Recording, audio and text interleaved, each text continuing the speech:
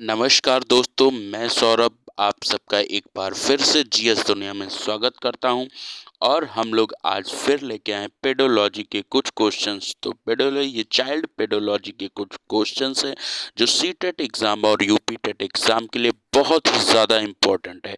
ये कुछ short questions हैं जिनको हम लोग देखेंगे तो इसके सारे आंसरों को निकालने में हमको आसानी होगी। तो आइए सबसे पहले हम प्रश्न को देखते हैं।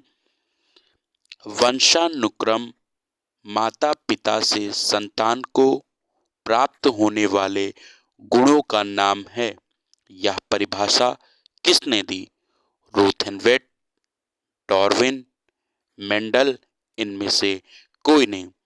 तो इसका राइट आंसर है,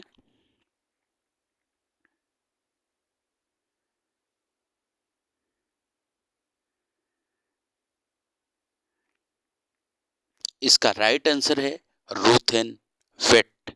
राइट आंसर है रोथेनवेट।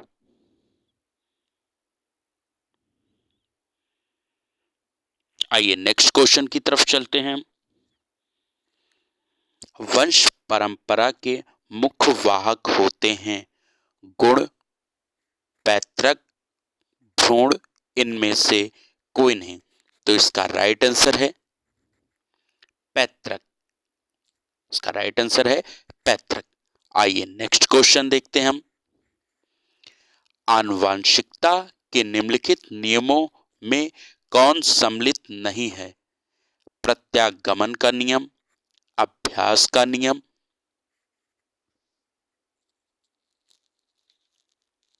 ये सेकंड है समानता का नियम। देखिए, पहला है प्रत्यागमन का नियम, दूसरा है समानता का नियम, तीसरा है अभ्यास का नियम और चौथा है संयोग का नियम। तो ये यहाँ पे प्रिंटर थोड़ा गलत हो गया है, ये है समानता का नियम। समानता का नियम, समानता का नियम। तो आनुवंशिकता के निम्नलिखित नियमों में कौन सम्मिलित नहीं है? तो इसका राइट आंसर है सम अभ्यास का नियम। अभ्यास का नियम इसमें क्या है? सम्मिलित नहीं है। और इसमें कितने नियम हैं, इसके नियम बताए गए हैं। तो इसके कुछ नियमों को हम यहाँ डिस्कस करेंगे जो यहाँ पे लिख रहे हैं। तो देखिए, जो पहला नियम है इसका पहला है, ये क्या है? अर्जित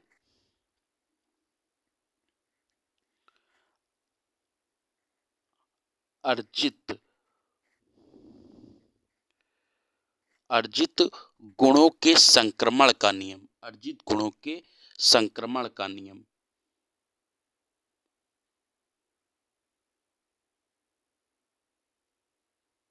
संक्रमण का नियम। दूसरा है समानता का नियम। दूसरा है समानता का समानता का नियम।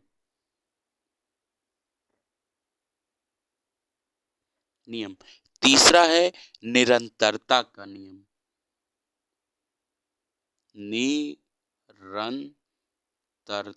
निरंतरता का नियम। और अगला है, चौथा है प्रत्यागमन का नियम।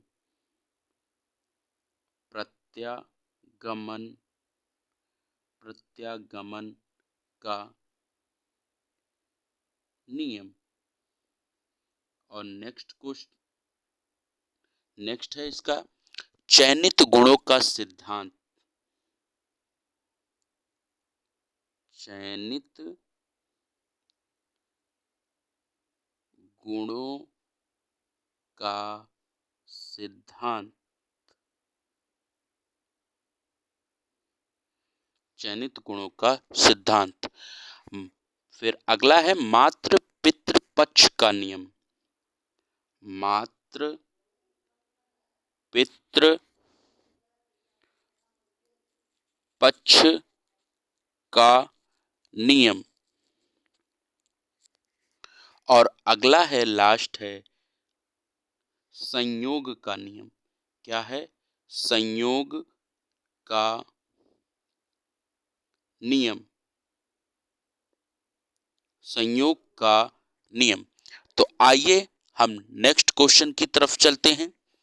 इसमें से पूछ रहा है, अगला क्वेश्चन है मेरा कि कौन सा रोग वंशानुगत हो, कौन सा रोग वंशानुगत है?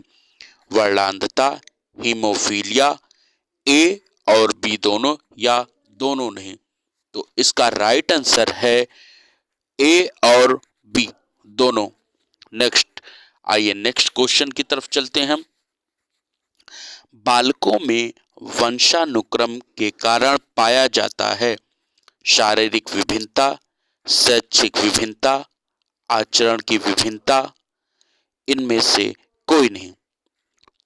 तो बालकों में वंशानुक्रम के कारण पाया जाता है शारीरिक विभिन्नता। आइए नेक्स्ट क्वेश्चन की तरफ चलते हैं। बाह्य वातावरण के अंतर्गत निम्न में से कौन सी परिस्थिति आती है? सामाजिक, सांस्कृतिक, भौतिक, उपयुक्त सभी? तो इसका राइट आंसर है, इसका राइट आंसर उपयुक्त सभी। आइए नेक्स्ट क्वेश्चन। शिक्षा मनोविज्ञान का केंद्र है। शिक्षक, बालक, शिक्षण विधि, पाठ्यक्रम? इसका है बालक। आइए नेक्स्ट क्वेश्चन चलते हैं। वंशागत इकाई है गुणसूत्र की, जीनोटाइप की, फिनोटाइप की, जीन की? तो इसका राइट आंसर है जीन की। नेक्स्ट क्वेश्चन है, मेंडल से पूर्व प्रसंस्करण है प्रकृति में होता ही नहीं, प्राकृतिक में होता था, इसका ज्ञान नहीं था,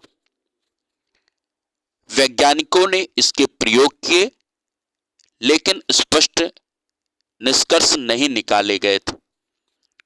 लास्ट है ऑप्शन, इनमें से कोई नहीं।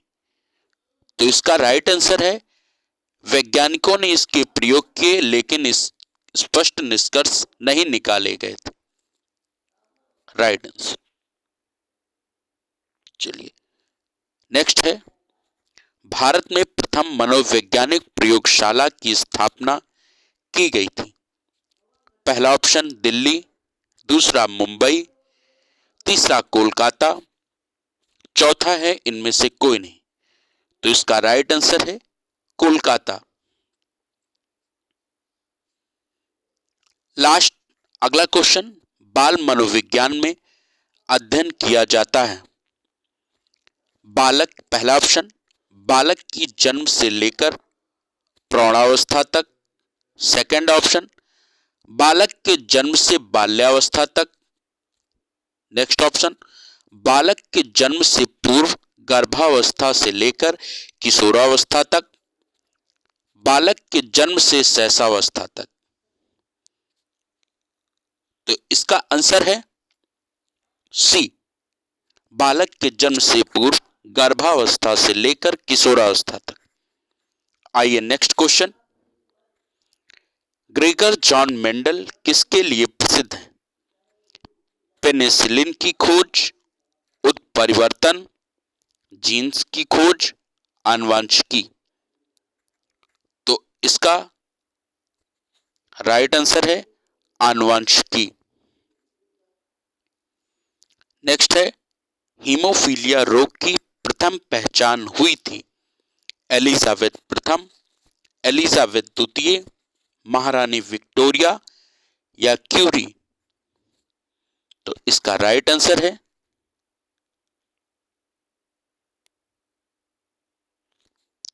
महारानी विक्टोरिया।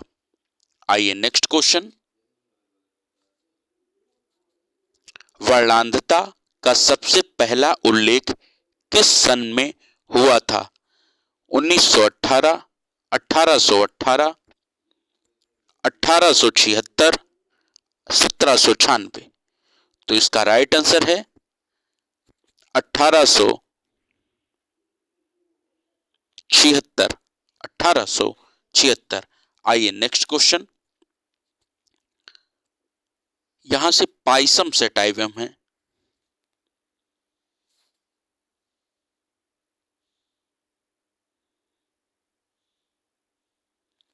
पाइसम सेटाइवम किसका वैज्ञानिक नाम है? चना, गेहूं, उद्यान मटर या सरसों? तो इसका राइट आंसर है उद्यान मटर। आइए नेक्स्ट क्वेश्चन। वंशागत है, अर्जित, जन्मजात, अधिगम, क्रियाशीलता? तो इसका राइट आंसर है जन्मजात। नेक्स्ट है, विकासवादी सिद्धांत का समर्थक था मेंडल, थार्नडाइक, रास, लैमार्क?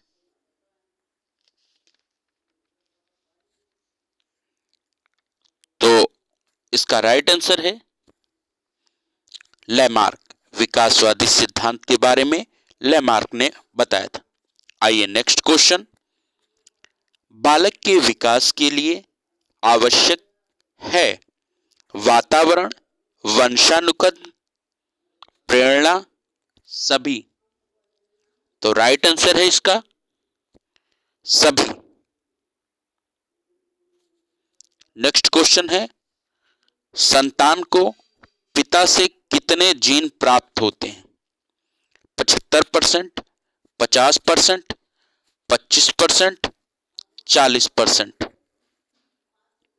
राइट आंसर है 50%। नेक्स्ट है, कौन मनोवैज्ञानिक वंशानुक्रम को अधिक महत्व देते हैं? वातावरणीयवाद, जैविकीय, जन्मजात, कोई नहीं? राइट आंसर है जैविकीय।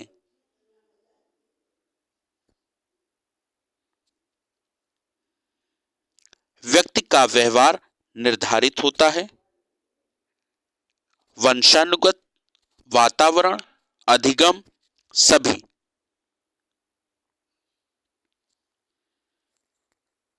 इसका राइट आंसर है सभी। व्यक्ति का व्यवहार वंशानुगत भी निर्धारित करता है, वातावरण जैसे उसके आसपास का माहौल रहता, और अधिगम सीखने की जैसी उसकी प्रक्रिया रहती है।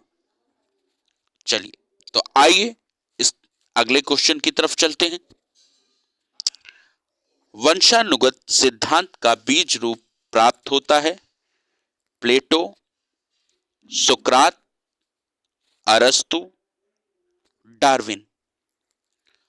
वंशानुगत सिद्धांत का बीज रूप प्राप्त होता है, इसका राइट आंसर है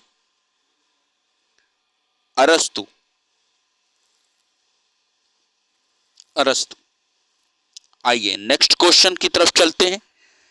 मेंडल का वंशानुगत सिद्धांत प्रकाशित हुई थी 1871, 1866, 1833, 1874?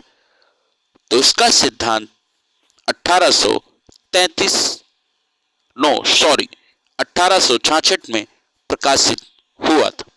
आइए नेक्स्ट क्वेश्चन। मेंडल का संबंध था जर्मनी, फ्रांस, ऑस्ट्रिया, अमेरिका? तो इनका संबंध था ऑस्ट्रिया से। ऑस्ट्रिया के ब्रून शहर में एक चर्च के पादरी थे। आइए नेक्स्ट क्वेश्चन। व्यवहार के रचना तंत्र का निर्माण होता है वंशानुगत, वातावरण, अधिगम, इनमें से कोई नहीं? तो इसका राइट आंसर है व्यवहार जो होता है ये वंशानुगत होता है। तो यहीं पे हमारे ये सी टेट और टेट के जो इंपॉर्टेंट क्वेश्चन है ये समाप्त होते हैं। कल हम फिर इसी श्रेणी में आप सबसे मुलाकात करेंगे। धन्यवाद, नमस्कार।